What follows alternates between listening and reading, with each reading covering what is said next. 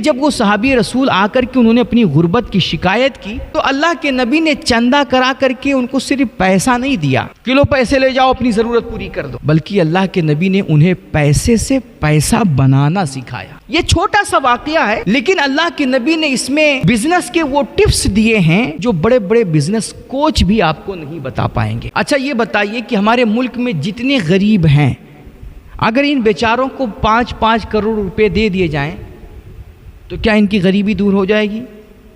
بالکل نہیں دور ہوگی، کیونکہ غریبی صرف پیسے کی کمی کا نام نہیں ہے میرے بھائی، یہ مہارت کی کمی، اسکلز کی کمی، سوچ کی کمی، شعور کی کمی، معاشی تربیت کی کمی، سسٹم کو سمجھنے کی کمی، یہ اصل میں غریبی ہے۔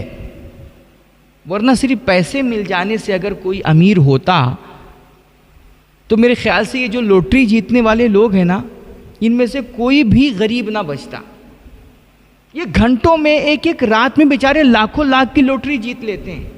یہ بڑے بڑے جوا کھیلنے والے چند سیکنڈوں میں یار لاکھوں لاکھ جوا جیت لیتے ہیں، لیکن پھر کیا ہوتا ہے؟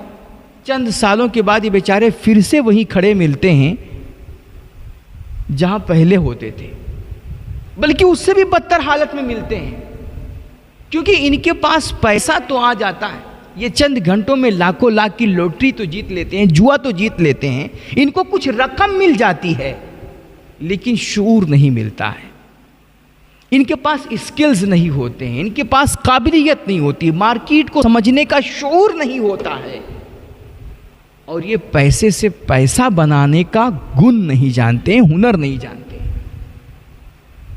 اس لیے لاکھوں لاکھ ان کے ہاتھ میں آ تو جاتا ہے لیکن پھر جتنی جلدی سے آتا ہے اتنا جلدی پھر یہ اس کو ختم بھی کر دیتے ہیں، کیونکہ ظاہر سی بات ہے کہ جو بندہ زندگی میں صرف خرچ کرنا سیکھا ہو یا بہت زیادہ پیسہ بچانا سیکھا ہو، پیسے سے پیسہ کمانا نہ سیکھا ہو، پیسے کو ڈبل کرنا نہ سیکھا ہو، اس کے پاس معاشی تربیت نہ ہو، مارکیٹ کو سمجھنے کا شعور نہ ہو،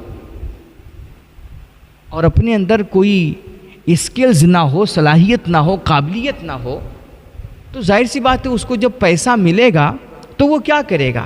وہ خرچ ہی کرے گا، وہ موبائل لے گا، وہ گاڑیاں خریدے گا، وہ اچھے جوتے خریدے گا، وہ کپڑے خریدے گا، وہ شاپنگ کرے گا، شادیوں میں اڑائے گا، گھر بنائے گا، اور اس کے بعد چند سالوں کے بعد پھر ہاتھ میں کٹورا لے کر کے پھرے گا۔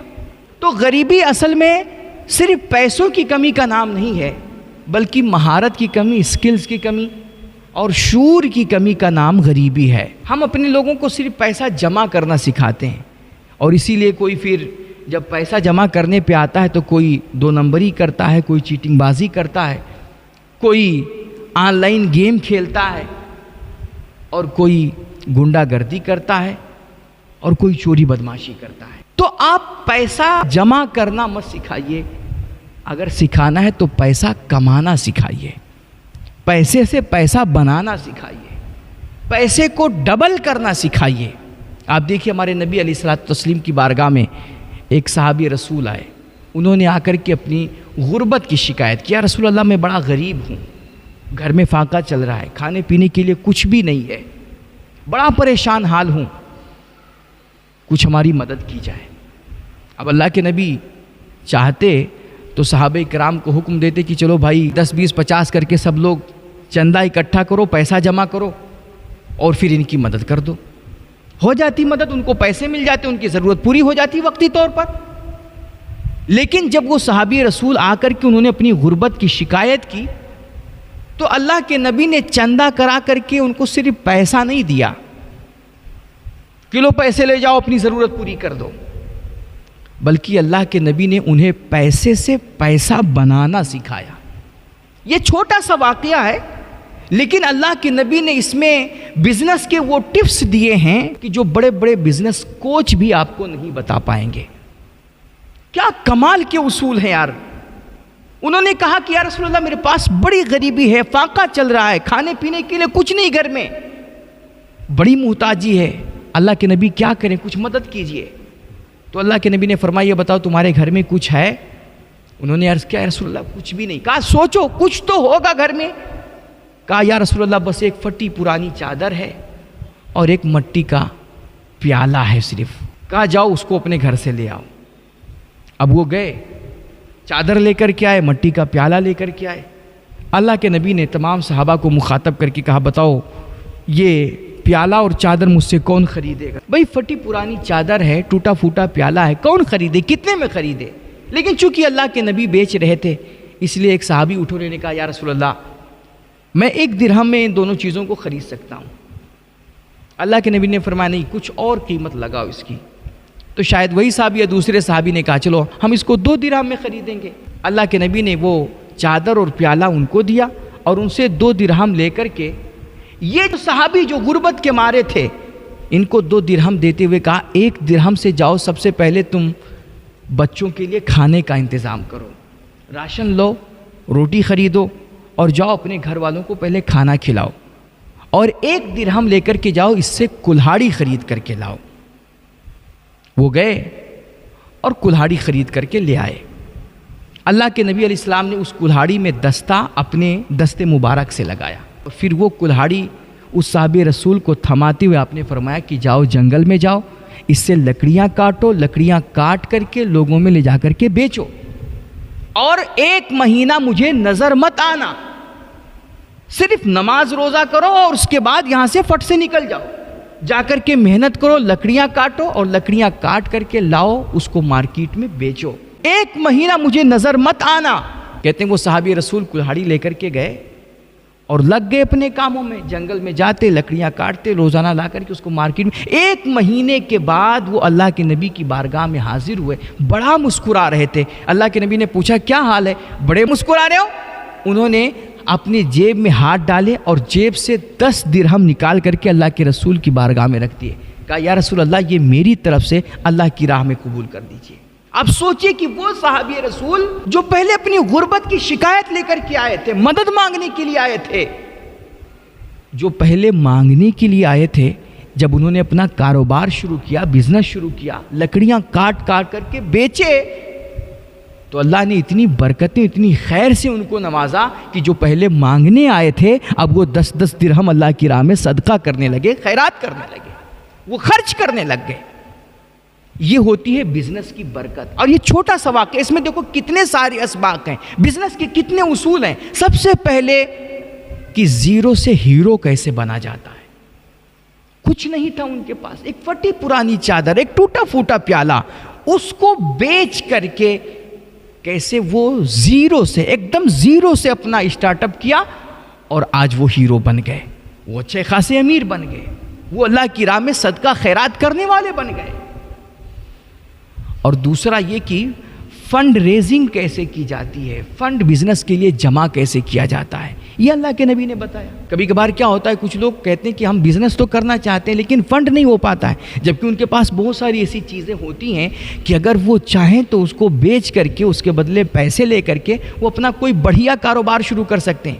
لیکن بس سماج کیا کہے گا کہ لوگ اپنی چیزیں بیچ رہے ہیں, اس ڈر سے وہ اپنی چیزیں بیچتے نہیں ہیں. یار اپنی چیزیں بیچ کر کے اگر اڑاؤ تو یہ تو غلط بات ہے, لیکن اگر چیزیں بیچ کر کے اس کو ڈبل کر لو, اس سے بڑا حاصل کر لو, تو اس میں کوئی شرم کی بات نہیں ہے. تو اللہ کے نبی علیہ السلام نے بزنس کے لیے فنڈ ریز کرنا سکھایا کہ مطلب اپنی چیزیں بیچ کر کے کس طرح کاروبار شروع کیا جا سکتا ہے اور پیسے سے پیسے بنائے جا سکتے ہیں اور پیسے کو کیسے ڈبل کیا جا سکتا ہے. اور تیسری چیز اللہ کے نبی نے فرمایا کہ جاؤ کلہاڑی لے کر کے جاؤ اور 1 مہینے تک نظر مت آنا. اس کو کیا بولتے ہیں, کنسسٹنسی, ایسا کچھ لفظ بولتے ہیں بزنس کی اصطلاح میں, یعنی کہ صبر, توجہ. کوئی بھی کاروبار ہو نا میرے بھائی, یہ صبر چاہتا. آپ 1 مہینے تک اس میں لگے رہنا. کوئی ضروری نہیں کہ آپ ابھی شروع کرو کل سے پیسے آنا شروع ہو جائیں گے, مہینے 2 مہینے کے بعد آپ کروڑ پتی بن جاؤ گے. آپ کوئی بھی کاروبار شروع کر رہے ہو تو اس پہ تھوڑا محنت کرو, صبر کرو, ہمت سے کام لو اور اس میں لگے رہو.